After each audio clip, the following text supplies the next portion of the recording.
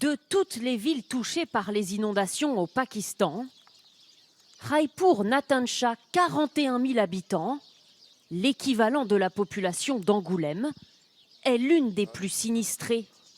42 jours après les dernières pluies, cette ville de plaine est encore cernée par les eaux. Pour la rejoindre, nous devons faire 45 minutes de bateau. À notre arrivée, nous sommes accueillis par cet habitant.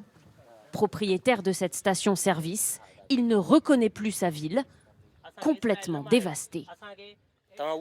Je ne trouve pas les mots pour vous dire la douleur qu'il y a dans mon cœur et dans le cœur des gens. C'est ensuite par barque que nous rejoignons le centre-ville. En chemin, nous croisons ces hommes. Réfugiés dans un camp sur la terre ferme, ils viennent de parcourir 8 kilomètres pour inspecter leur maison. Elle est toujours inondée, mais nous on veut revenir. On est sans domicile maintenant. Dans le camp où on loge, il n'y a rien. On veut retrouver nos maisons. L'une des principales rues commerçantes est encore sous 1,5 mètre d'eau. Certains bâtiments ne sont plus que des ruines. Là, c'était une boulangerie. On y faisait des gâteaux, du chocolat. Et là, c'était un garage où on réparait des engins mécaniques. Vous voyez dans quel état est la ville? Et puis ça sent tellement mauvais. Dans cette ville, complètement submergée il y a encore 2 semaines, la décrue s'est amorcée. Cette grande avenue a émergé. Certains habitants sont revenus, mais ces hommes qui nous abordent sont en colère. En 2010, déjà, on avait été inondés ici. On vit vraiment des temps difficiles. L'eau qui nous entoure est remplie de serpents et nous n'avons plus accès à aucun service. Sans système d'évacuation, les eaux dans la ville et la région mettent du temps à se retirer. Au milieu des décombres, les habitants tentent de reprendre leur vie d'avant.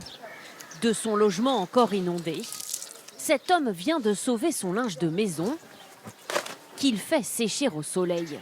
C'est désormais son bien le plus précieux.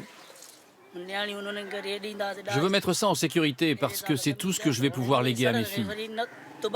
Mais je ne sais pas si ça sert à quelque chose. Tout sent très mauvais. À Raipur Natancha, la vie reprend son cours, mais la population manque de nourriture. Seule cette route, encore inondée, permet les livraisons. Des remorques entières transportent des habitants partis faire quelques courses. Ces hommes reviennent du marché à 40 minutes d'ici. Ça, ce sont des légumes que je viens d'acheter. C'est difficile de trouver à manger en ce moment. Il n'y a pas d'eau non plus, pas de gaz. On manque de tout. La situation sanitaire surtout est préoccupante. À cause des eaux stagnantes, les épidémies prolifèrent, alors que l'hôpital de la ville, encore inondé, est fermé. C'est cette école, transformée en centre de santé, qui accueille désormais les malades. Comment s'appelle-t-elle? Sohana. Ce médecin reçoit ici 200 personnes chaque jour, des enfants notamment. Elle a de la fièvre, elle tousse, elle n'arrête pas de pleurer. Depuis combien de temps? 3 jours. Des symptômes qu'il retrouve chez pratiquement tous les patients. Docteur, elle a de la fièvre et ça ne descend pas. À cause de l'eau et des moustiques, nous avons beaucoup de cas de paludisme. Et l'eau contaminée crée de nombreuses infections de la peau. Après les inondations, nous faisons face à une nouvelle crise.